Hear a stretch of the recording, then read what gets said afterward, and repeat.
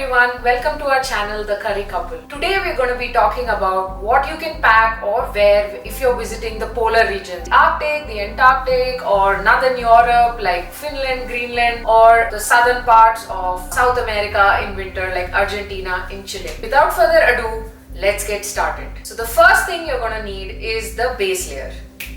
You will need a base layer top and bottom, which is made up of either synthetic or wool. This base layer is very important because it keeps you completely insulating and gives you all the warmth that is needed. I will also add the links of the products that I bought for my trip in the description and you can see them here as well. Again, this video is not sponsored. These are the things that we bought for our trip and we found them really helpful. The next layer is the mid layer and I'm wearing it on top of my base layer. This can be your everyday clothes or you can wear fleece material so that you get that added layer of warmth. And in the mid layer itself, I'm going to add my fleece jacket or puffer jacket, also going to be my mid layer. So let's get this jacket up, and now we are ready with the mid layer. The next layer is the outer layer. It is extremely important that your outermost layer is waterproof, because otherwise in these polar regions or these extremely cold places that you go to, if you get even a little wet, there is a chance of a frostbite. So these are my outer layer, like waterproof pants and jacket. Now we're going to be talking about all the other things that are really needed, but I'm going to remove this because I'm feeling extremely hot right now. So let's get back to normal clothes. So now that I'm back in my normal clothes, let's talk about everything else that you will need to cover you completely from head to toe. So let's start with the head. So generally people have this cap on top and something like a scarf or a gaiter to cover you completely. But when I use these two, I was finding myself with like air blowing from the side. So I decided to have two layers even for my head.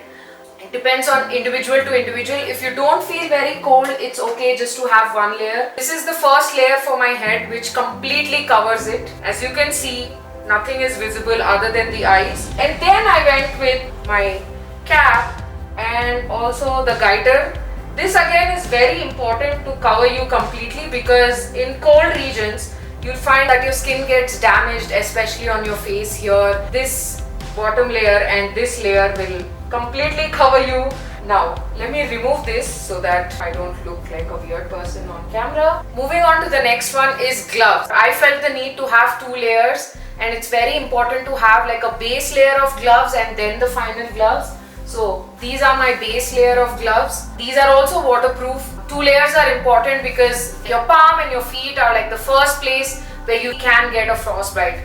And they get cold really quick, so your nails start aching, and that's not what you want to have. So it's important to have one base layer of gloves and then finally these big waterproof gloves so that your hands don't get wet or don't get cold. Another nice thing about having two layers is in these gloves you're definitely not going to be able to handle your phone or your camera, so you can quickly remove this, like just tie it to your hands, and then you'll still have the base layer. Now what to do for your eyes? Obviously you need to have sunglasses, but it's very important to have these reflective sunglasses because the sun is extremely reflective and very harsh over there. So you would need like these reflective sunglasses. You can go with these big ones, or if you don't like them, you can go with the smaller ones too.